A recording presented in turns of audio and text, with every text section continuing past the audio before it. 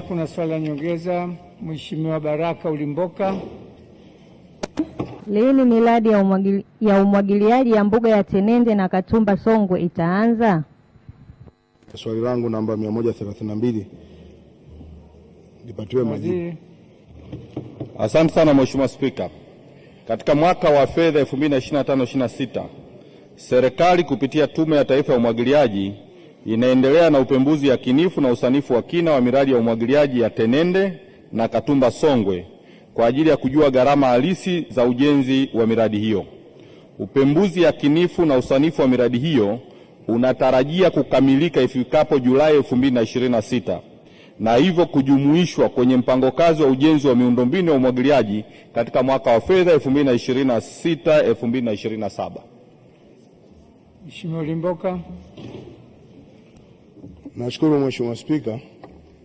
Pamoja na majibu mazuri sana ya Mheshimiwa Naibu Waziri, katika wilaya ya Kyela kuna mradi wa umwagiliaji ambao tayari tunashukuru serikali imempa mkandarasi na anaenda vizuri, na nimpongeze mkandarasi mzawa anayefanya ile kazi. Ni lini skimu hiyo sasa itakamilika, kwa sababu kuna changamoto ndogo ndogo zinazomkabili mkandarasi huyo? Lakini bii yake, je, Mheshimiwa Naibu Waziri atakuwa tayari kuongozana na wataalamu wake kuitembelea ile skimu ili ajue changamoto ambazo zipo nje ya zile ambazo zinaonekana katika nyaraka? Kuna baadhi ya maeneo ambayo wananchi wanalalamikia baadhi ya mambo katika fidia. Waziri. Asante sana Mheshimiwa Spika.